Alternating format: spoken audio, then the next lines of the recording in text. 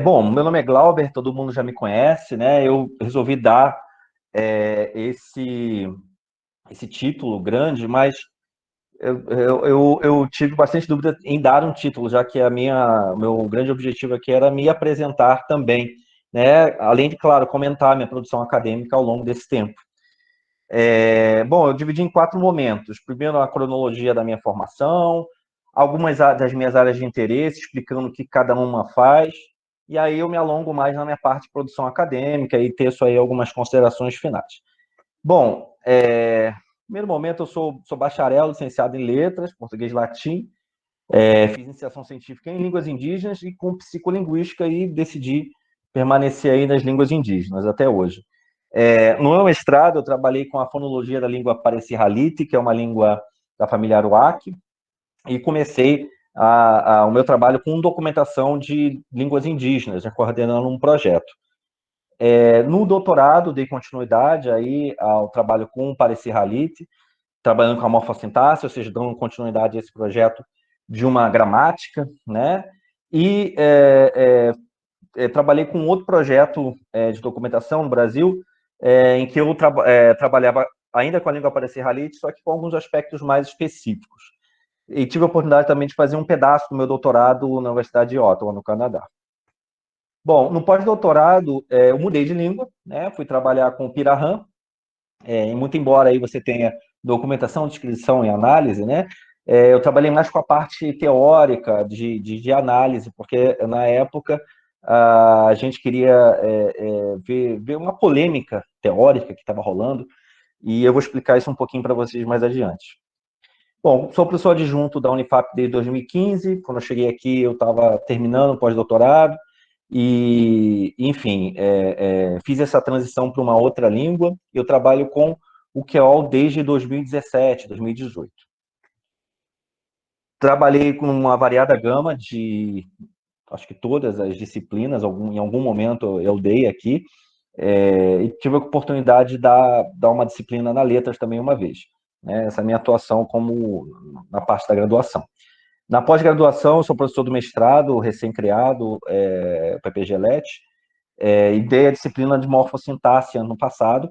Esse ano eu daria a disciplina de línguas crioulas, mas por conta da pandemia, isso não foi possível.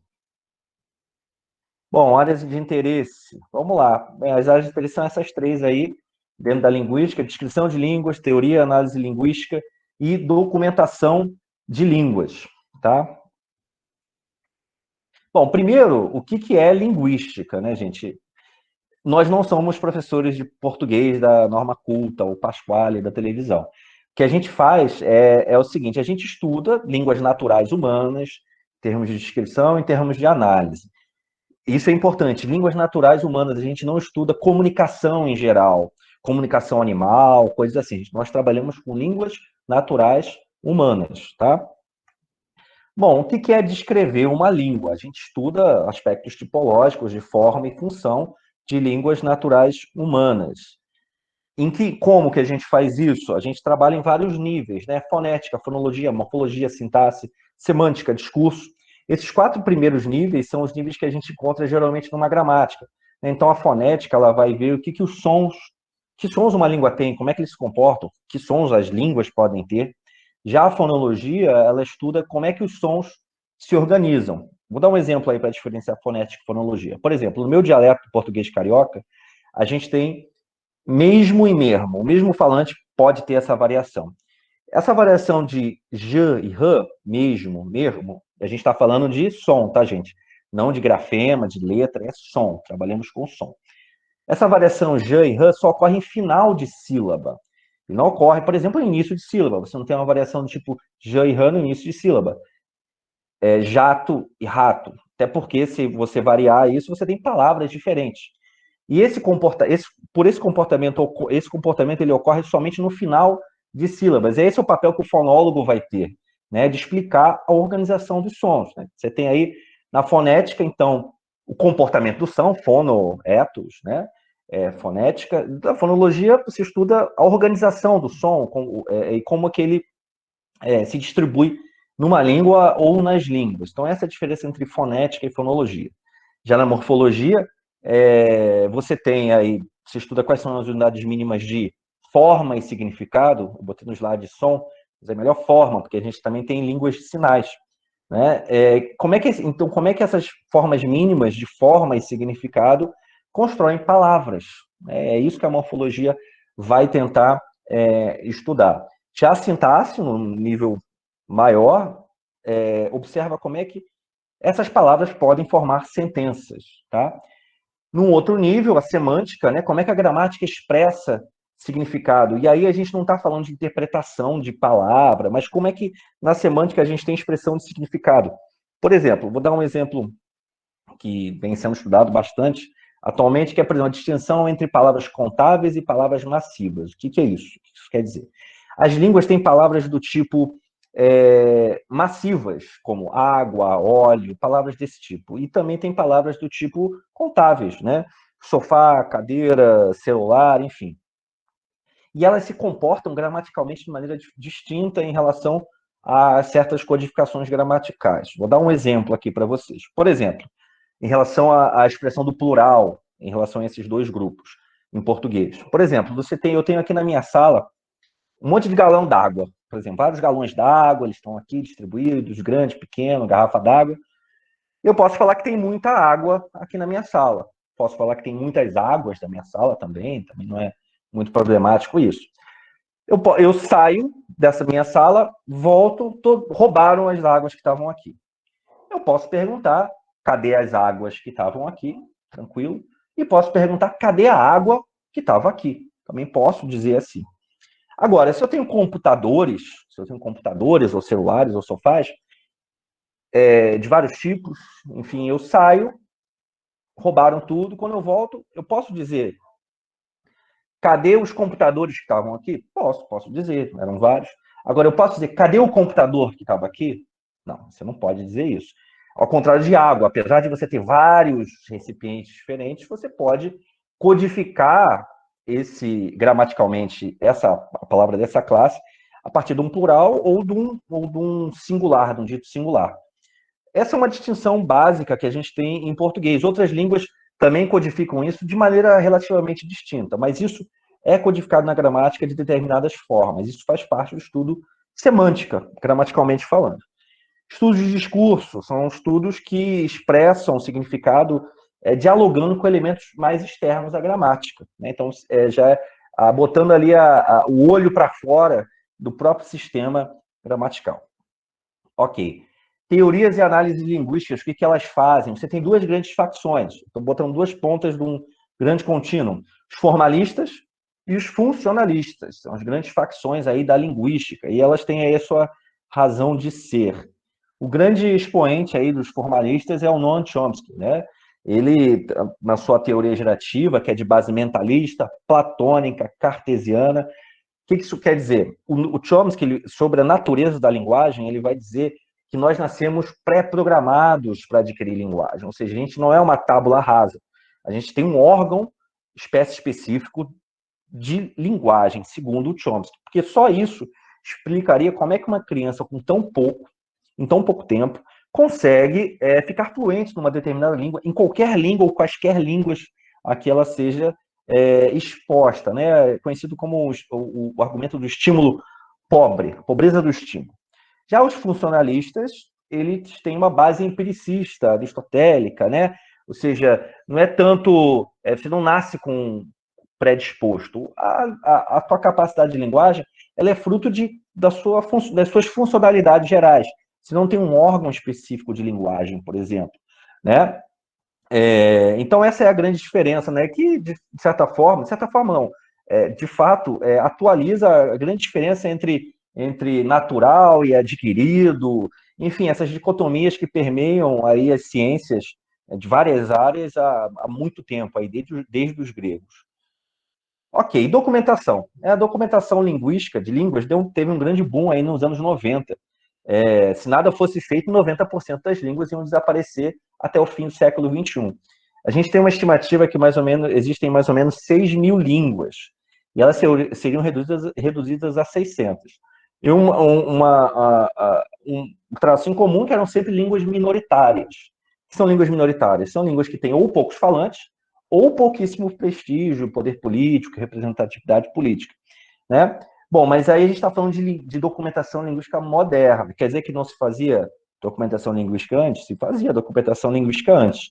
Mas a grande diferença foram os meios e métodos. Eles ficaram bem mais acessíveis, né? Então a gente tem o mundo digital proporcionando essa grande expansão. Você tem programas aí, o Flex, o Elan, enfim, programas que nos ajudam muito a construir bases de dados, traduzir, segmentar textos de maneira bem rápida e, a depender do programa, de maneira bastante intuitiva também.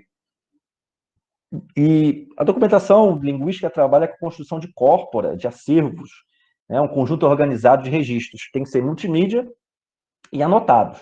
O que eu quero dizer com multimídia? Multimídia é vídeo, áudio, foto, texto, digitalização em geral. O importante é que esse acervo ele esteja anotado. Você tem que traduzir, segmentar morfologicamente, cortar lá as palavrinhas, fazer a glosagem, fazer as análises linguísticas, enfim, senão é só um amontoado de gravações. Você tem que dar valor a ele fazendo o que a gente chama de anotação, que é todo esse processo. Então, por exemplo, um programa com o qual eu venho trabalhando bastante, com o QEOL, né, é o Flex, que ele faz bases de dados para formatação de dicionários. Ele trabalha numa interconexão entre léxico, listas de palavras, você tem uma lista de palavras, por exemplo, com entradas e tudo mais, que alimentam textos e glosam textos. Glosar é anotar o texto, né, dizer o que cada pedacinho quer dizer. E ele trabalha nessa retroalimentação. Eu coloco listas de palavras e ele alimenta os meus textos. Que você tem um exemplo de um texto interlinearizado, ou seja, com a glosa perfeitinha. E quando eu coloco textos, essas palavras alimentam a minha lista de palavras. E ele é bem prático de ser usado, a gente pode tem usado para formatar dicionários e tal, e fabricar, produzir esse tipo de material de maneira mais intensa, mais rápida, sem necessitar aí de uma longa cadeia de produção editorial, né? Que isso que trava muitas vezes o exercício da diversidade nesse campo.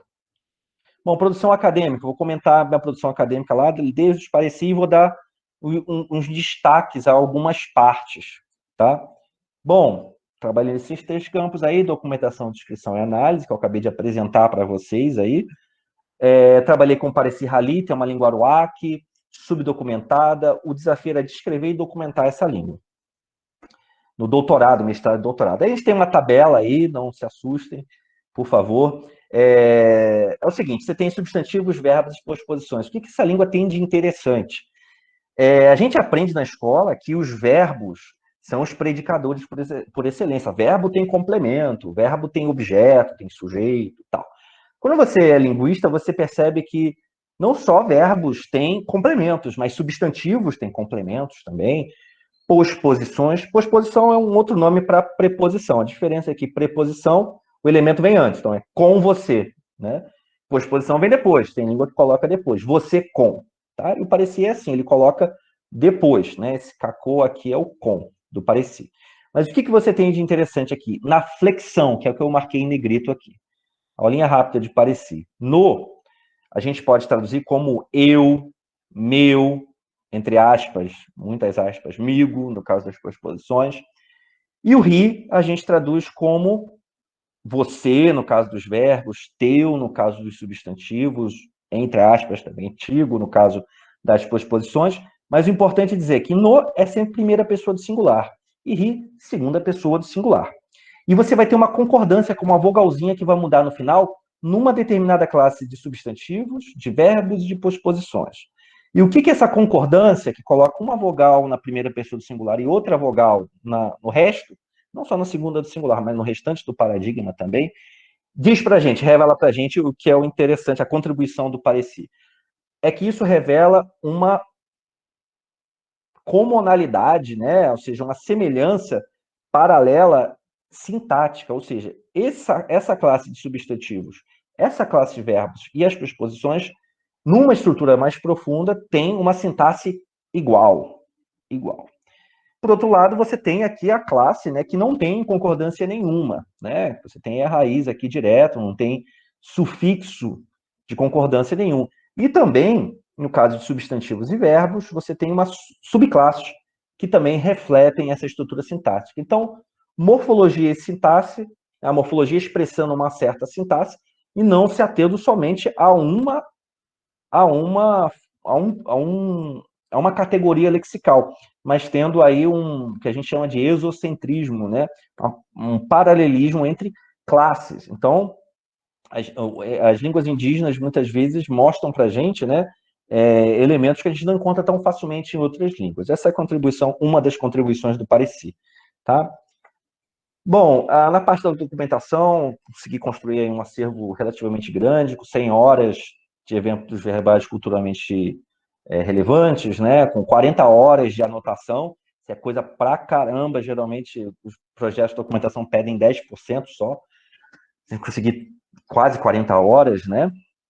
Bom, Pirahã é uma outra história. O Pirahã, eles são monolíngues, falam só português, basicamente, né? Falam só Pirahã, basicamente.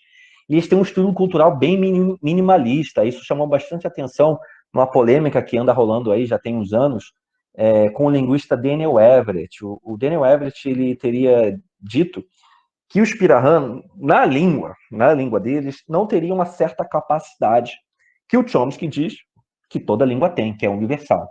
Então, o Pirahã seria ali uma amostra que diria para a gente que o Chomsky está errado, ou seja, o Pirahã mostraria para a gente que, não, que você pode ter uma língua sem esse elemento aqui, a capacidade sintática recursiva. O que esse nome feio quer dizer? Primeiro, o que esse nome feio faz? O que essa coisa feia faz? Ela, graças à capacidade sintática recursiva, que a gente tem a capacidade criativa da linguagem, ou seja, a gente é capaz de gerar sentenças infinitas com elementos finitos gramaticais. Nós temos uma gramática finita, com certos elementos de flexão, de formação de palavras e tudo mais, mas isso é finito. Mas com isso a gente consegue gerar saídas infinitas, sentenças infinitas, né? Então essa capacidade criativa da linguagem é explicada pelo Chomsky, a partir dessa capacidade recursiva. Vou dar um exemplo para vocês do português, por exemplo. Essa frase aqui. Carlos amava Dora, que amava Lia, que amava Leia, que amava Paulo, e por aí vai. Você tem um sintagma dentro de outro sintagma, dentro de outro sintagma. Uma sentença dentro de outra sentença, dentro de outra sentença, dentro. Que a gente chama, na gramática normativa lá da escola, de subordinada. Uma estrutura recursiva, uma estrutura subordinada. Grosso modo, tá, gente? Grosso modo. Como é que seria um paralelo a essa mesma ideia, só que de maneira não recursiva, ou seja, coordenada? Então, a gente está trabalhando com a dicotomia subordinação, coordenação. Seria Carlos amava Dora, e Dora amava Lia, e Lia amava Leia, e Leia amava Paulo, e assim por diante. Ponto importante, não quer dizer que os Pirahã não consigam falar essa frase, ou entender esse conceito. Sim, eles conseguem entender esse conceito. E só não utilizam uma sintaxe, não utilizariam uma sintaxe recursiva. Por que eu estou dizendo não utilizariam? Porque tudo indica que o que o Daniel Everett falou não é bem assim. Os Pirahã têm, sim, recursividade sintática, ainda que ela seja um pouco limitada em algumas partes da gramática. E aí, estudando isso, né, a gente fez um pequeno experimento, tá? Desculpem aí, eu tirei, só tinha em papel, tirei uma foto aqui dos meus estímulos. O que a gente fez? Eles são falantes monolíngues, né, gente? Então, a gente precisava trabalhar com figuras, né? Não foram essas figuras feiosas que saíram na publicação, foram figuras coloridas e tal.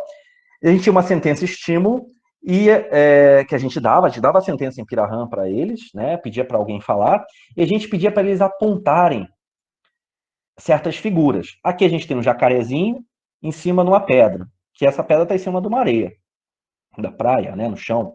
Aqui você tem um outro jacarezinho em cima de uma pedra, e aqui você tem um jacarezinho direto no chão, né, direto na areia. O que acontece? Essa sentença aqui, de cara, a gente não sabe se essa sentença aqui é uma sentença recursiva ou coordenada, a gente não sabe. A gente só vai saber a partir da leitura que ele vai ter. Então, a hipótese é o seguinte: se eles não têm recursividade, então você teria Corroai, Beguiapô, Aiapô, jacaré, chão, em, pedra, em, tem posposições, né? Seria ambígua. Então, ele apontaria para essa figura e apontaria para essa figura. Seria necessariamente ambíguo, né? Então, tem jacaré na pedra no chão. Seria necessariamente ambíguo. Mas acontece o seguinte, a gente mostrava isso aqui, e quando a gente mostrava isso aqui, eles nos corrigiam, tá? Essa frase são eles que deram, não é uma sentença estímulo. Eles colocavam corroai, begueapô, aiapô, piai, também, que é um elemento coordenado, né? Tem jacaré na pedra e tem jacaré na areia também, né? Então, eles têm essa distinção entre uma estrutura recursiva e uma estrutura coordenada, ao que tudo indica, né? E foram feitos outras testagens e tal, um pouco mais completas, mas tudo indica que essa história de que ele não tem nenhuma recursividade não é bem assim essa história, tá? Bom, falando agora do QEOL, aqui dos nossos 10 minutos finais. O foco da minha atuação no QEOL, aqui quando eu passei a trabalhar na Unifap, inicial, é o foco na atualização, foi o foco na atualização ortográfica, trabalhei aí no projeto com a professora Mara, né? E para a gente fazer ortografia, trabalhar com ortografia, a gente tem que ver aspectos tanto técnicos quanto políticos, ou seja, a gente tem que saber fonética, fonologia, morfossintaxe, numa perspectiva bidialetal, porque a gente trabalha com dois povos que falam a mesma língua, com variantes dialetais diferentes, e também aspectos políticos, ou seja, como é que a gente vai estabelecer a correlação entre essas diferenças dialetais, que são estabelecidas tecnicamente, com as convenções ortográficas e seus perfis de representatividade cultural? Como é que a gente faz isso, né? Eu trabalhei, então, a gente tem que trabalhar nesses dois eixos quando trabalha com isso. Eu trabalhei muito treinando os pesquisadores indígenas em programas, né, sobretudo no Flex. Na verdade, só no Flex. Eu treinei o pessoal mais no Flex, que é aquele programa que eu mostrei uma telinha anteriormente, que constrói bases de dados linguísticos, né? A gente tem tido um resultado bastante satisfatório nesse sentido. Até porque a gente tem que trabalhar numa perspectiva participativa, né? Senão a coisa não vai para frente. Vou dar um exemplinho aqui que saiu aí recentemente, do que se decidiu, por exemplo, de uma das decisões da escrita Caripuna em Galibi-Maruorran, para a gente mostrar um pouco como é que se liga essa questão do técnico com o político. Olha só, aqui você tem esse pronomezinho de terceira pessoa, filho de Maria, Marie Sopitit, Caripuna, Marie Ropitit, Galibi-Maruorran. Eles falam assim e decidiram escrever diferente também. Mas acontece o seguinte, você tem esse processinho aqui, em que um fica somente no meio da sentença, tá, gente? No início de sentença, no caso do Galibi-Maruorran, você não tem esse ocorrendo no início de sentença. Aí você pensa o seguinte, bom, então os Galibi-Maruorran eles vão escrever H em todos os casos, mesmo nos casos em que ele fala S. Vou dar um exemplo aqui para vocês. Aqui são duas sentenças em Galibi-Maruorran, né? Na variante Galibi-Maruorran. Você tem aqui morro, suvek, boku, contentement, ha, novela, que é o pronome demonstrativo, né? Em vez de falar sa, fala-se ha. Legal, tá no contexto em que isso ocorre. Okay? É um fonólogo que estabelece isso, que observa isso, né? Aqui, veja, nessa sentença, eu botei entre colchetes a forma de pronúncia, tá? Então, a forma de pronúncia é sa, liv, la, ifet, que, boku, contentement. Tá? Mas eles decidiram manter o H mesmo quando se fala S. Então, isso foi uma escolha política, uma escolha de representatividade.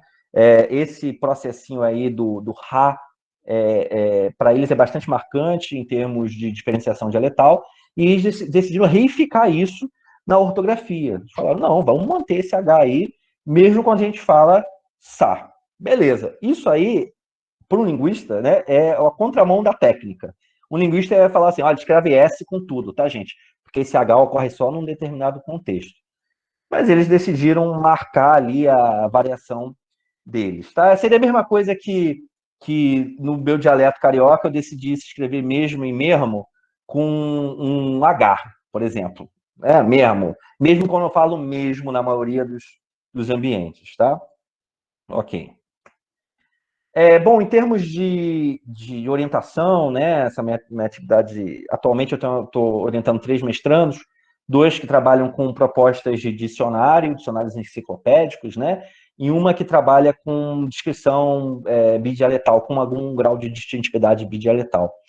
Em termos de TCC, a abordagem é um pouco diferente, eu trabalhei mais com alunos com artes verbais, e alguns preferiram trabalhar com sociolinguística, apesar de não ser muito minha área, né? Mas o foco de atuação na graduação acaba atraindo os alunos para temas um pouco diferentes. Bom, estamos chegando ao fim, né? Eu venho trabalhando com como é que línguas crioulas podem nos ajudar a explicar como línguas nascem, né? Um tema que eu acho bastante interessante, saber como é que línguas nascem e como é que línguas mudam. E línguas crioulas são exemplos assim prototípicos de como línguas nascem de uma maneira muito rápida por conta de um contexto de contato abrupto e forçado, né? E aí a gente tem recorrido a outros assuntos para poder explicar isso. Quem me acompanhou aí em algumas falas, né, já sabe do que se trata. Quem não acompanhou, eu vou explicar. Virunduns e soramimis. Os virunduns, o que são os virunduns, né? Trocando de... Tem aquela música, tocando BB King sem parar. Você tem trocando de biquíni sem parar. Algumas pessoas cometem esse erro de ouvido que é bastante conhecido na música popular brasileira. Mas no que ele interessa para a linguística, né? Esses erros de ouvido, eles têm coisas em comum. O que eles têm em comum? Eles envolvem ambiguidade entre sons parecidos. Então, por exemplo, B e D são da classe das explosivas, são parecidos, então a gente confunde. Você tem rearranjo de fronteiras de palavras, então bibi vira de biquíni, né? E também envolvem uma forçação de barra em termos de elementos de significado. Tá? Envolvem esses elementos. Som parecido, rearranjo de fronteiras e elementos de significado. Agora, os soramimis, que eu nunca falei aqui no contexto intercultural, é algo relativamente parecido, mas diferente. Por exemplo, você tem os soramimis, eles precisam de menos informação para gerar, digamos, a brincadeira ou até o erro de ouvido mesmo. Tem aquela música, quem é mais das antigas lembra, né? This is the rhythm of the night. Aí tinha a brincadeira, né? Jesus humilha o Satanás. O que você precisa só para fazer essa brincadeira aqui do pico acentual, né? É só isso que tem que encaixar para a gente poder fazer essa brincadeira. Eles envolvem criação linguística a partir de muito pouca evidência sonora. Isso está envolvido em aquisição de linguagem. Se a gente precisasse de um estímulo material perfeito, a gente nunca conseguiria aprender. A criança tem que ter a capacidade de prever coisas e de, entre aspas, ouvir o que não está dito. Bom, o que isso interessa para línguas crioulas? Vamos lá, línguas crioulas, né? Elas envolvem ambiguidade entre sons parecidos, sobretudo rearranjo de fronteiras de palavras, né? E criação linguística em contextos com pouca ou bagunçada evidência sonora. Então, você tem, peguei aqui alguns exemplos, uma publicação, né? La police, né? Polícia, vem de la police, né? Só que, veja, esse lá, ele não faz parte, ele não é mais um artigo, ele faz parte da raiz, do rótulo fonético dessa raiz. Até porque o artigo nuquel vem depois, la police, la riviera, l'occasion lá, zorrela, né? Você não tem ocasião, rivière, police ou rei. Então, você tem os mesmos elementos que você tem em virunduns e soramimis, você tem também em línguas crioulas. Isso pode nos ajudar a entender como é que se dão esses processos de criação linguística, como é que se dão esses processos, quais são os processos que estão envolvidos nesses mecanismos de criação, de nascimento de línguas e de mudança de línguas. Considerações finais. Bom, então, assim, dando um resumão, dando a perspectiva em que eu trabalho, né, você tem uma boa documentação linguística necessária, você precisa formar as pessoas, tanto nos aspectos técnicos da documentação, tanto para que ela serve, qual é a motivação de você documentar uma língua, fazer a salvaguarda. Isso subsidia a pesquisa, uma boa pesquisa com descrição, análise linguística, enfim, todos os níveis. E na ponta, você tem a educação para a revitalização. Então, a educação ela é a ponta mais sofisticada do processo, né? Documentação subsidia a pesquisa, e pesquisa subsidia a educação, né? Educação no sentido tanto de formação quanto de produção de materiais que sejam adequados, que sejam acolhidos pelas comunidades, porque a gente tem um grande desafio de diversidade linguística, né? Então, se precisa, digamos, desse fluxo, né, dessa base muito bem assentada. E revitalização é a última da última ponta. Só com essa tríade, esse tripé aqui bem feito, que a gente consegue, de fato, investir em revitalização, né, em termos de salvaguarda, com estímulo de produção literária, audiovisual, valorização de artes verbais, ou seja, é a ponta final, é a ponta que, se documentação, pesquisa for bem feita, você vai ter um bom trabalho em educação e um bom trabalho de revitalização. Bom, aí eu tenho a minha bibliografia, né, enfim, um pouco mais completa, e é isso, gente. Muito obrigado.